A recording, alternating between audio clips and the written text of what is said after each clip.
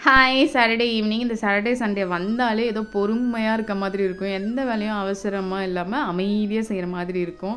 நான் ஏதாவது புதுசா பார்க்குறதெல்லாம் இந்த சாட்டர்டே ஈவினிங் தான் ட்ரை பண்ணுவேன். அந்த மாதிரி நான் பார்த்தது வந்து இந்த கடலை பருப்பு லட்டு.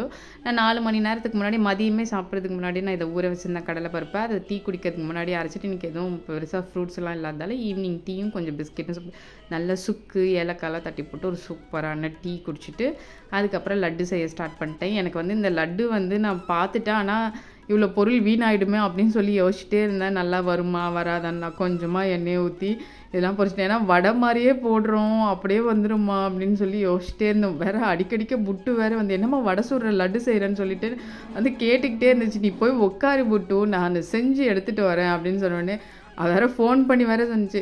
"என்னப்பா வடை சுடுறா அவ லட்டு செய்றேன்னிட்டு" எனக்கே ஐயோ! வருமா? வராதான்னு ஒரே டவுட்டாவே இருந்தேன். வடை அது நானும் வடைங்கிறேன். அது சுடுற வரைக்குமே அப்படிதான் இருந்துச்சு. அப்புறம் நான் அரைச்சுட்டு வந்த பின்ன தான், ஓ! சூப்பரா லட்டு மாரியே வந்துருச்சு. நிஜமாவே சூப்பரா வந்துருந்துச்சு. எண்ணெய், நெய் இதெல்லாம் ரொம்ப கம்மியா ஒரு செலவு இந்த லட்டுக்கு. சூப்பரா இருந்துச்சு. நான் எப்படி பண்ணேன்னா, நல்லா அத மசியா அரைச்சுட்டு, இந்த பருப்பெல்லாம் முழுசா இல்லாம நல்லா அரைச்சுட்டு, நான் 1 கப் வந்து கடலை பருப்பு எடுத்தேன். 1 1/4 கப் சர்க்கரை போட்டு, கொஞ்சமா தண்ணி வச்சு அந்த ஸ்டிக்கி கன்சிஸ்டன்சி அந்த சுகர் சிரப் வந்தவுடனே, அதில இந்த கடலை பருப்பு போட்டு நல்லா கலந்து வெந்து வந்துச்சு நல்லா சூப்பரா. அதுக்கப்புறம் நான் 2 ஸ்பூன் நெய் தான் நான் அதுக்கு யூஸ் பண்ணேன். பெரிய ஸ்பூன்ல 2 ஸ்பூன் நெய். அதில முந்திரியும், திராட்சையும் நல்லா வறுத்து கொட்டிட்டு, அப்படியே சூடா இருக்கும்போதே நல்லா லட்டு சூப்பரா புடிச்சுட்டேன். சாப்பிட்டு பார்த்தா வாசனையும் சூப்பரா இருந்துச்சு.